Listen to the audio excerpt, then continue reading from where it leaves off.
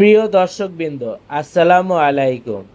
আজ আমরা আপনাদের জন্য নিয়ে এসেছি কচুরলতি দিয়ে চিংড়ি মাছ রেসিপি।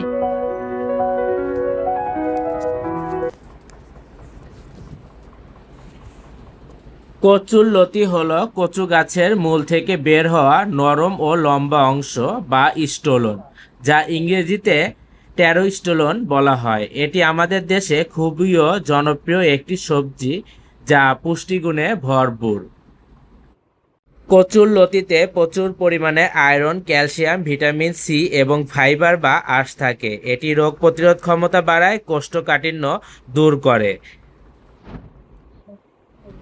কাঁঠাল খাওয়ার পর কাঁঠালের বিচি ভাজি বা তরকারি হিসেবে খাওয়ার রেওয়াজ রয়েছে বাঙালিদের মাঝে।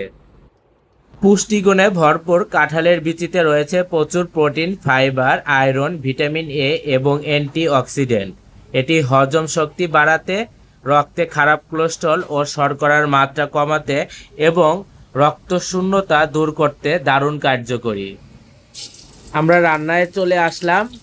প্রথমে রান্নার তেল চুলায় দিলাম, এরপর পেঁয়াজ কুচি, রসুন কুচি, কাঁচামরিচ কুচি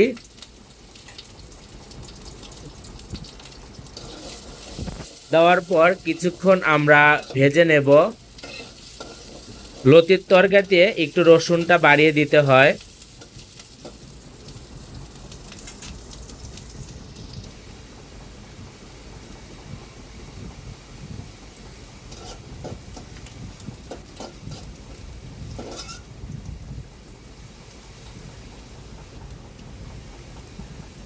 এরপরে আমরা এর ভিতরে একটু পানি দিয়ে দিচ্ছি, যাতে মশলাগুলো দেওয়াতে পুড়ে না যায়।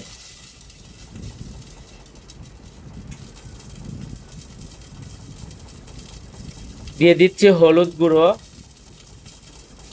মরিচ গুঁড়ো,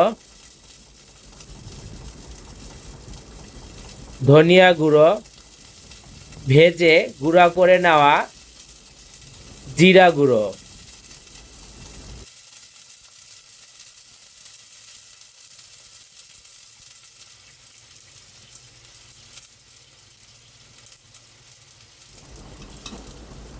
দিয়ে দিলাম রাঁধুনি বাটা,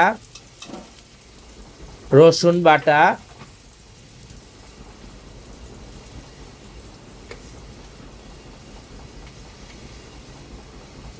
এবং পরিমাণ মতো লবণ।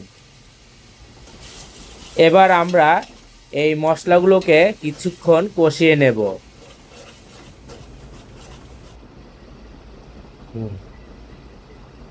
কিছুক্ষণ কষিয়ে নেওয়ার পরে আমরা এর ভিতরে চিংড়ি মাছগুলোকে দিয়ে দিলাম। এবার চিংড়ি মাছটা আমরা এই মশলাতে 5 মিনিট কষিয়ে নেব। এরপরে দিয়ে দিচ্ছি লতিগুলো,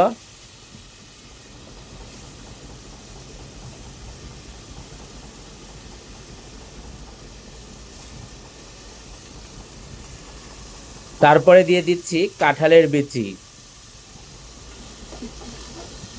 আপনারা অবশ্যই এটা বাসায় রান্না করে খাবেন এবং কেমন লাগলো তা আমাদেরকে জানাবেন, এবং আমাদের আরও নতুন নতুন রেসিপি পেতে অবশ্যই আমাদের চ্যানেলটা সাবস্ক্রাইব করতে ভুলবেন না। আপনাদের একটি লাইক, কমেন্ট ও সাবস্ক্রাইব আমাদের কাজের গতিটা আরও বাড়িয়ে দেয়।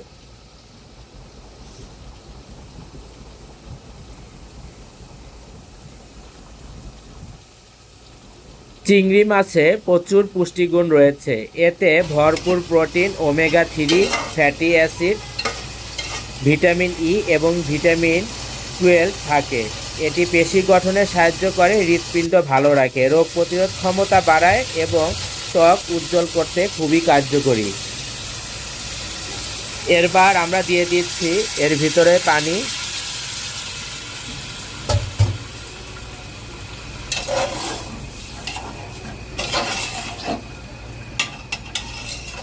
এভাবে আমাদের রান্না করতে আরও 20 থেকে 25 মিনিট লাগবে।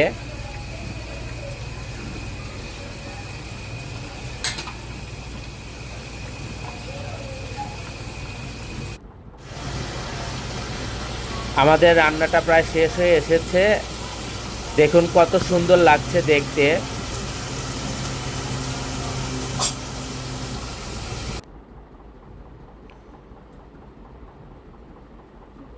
দেখুন জিভে জল এসে যায়। আমাদের সাথে থাকার জন্য ধন্যবাদ।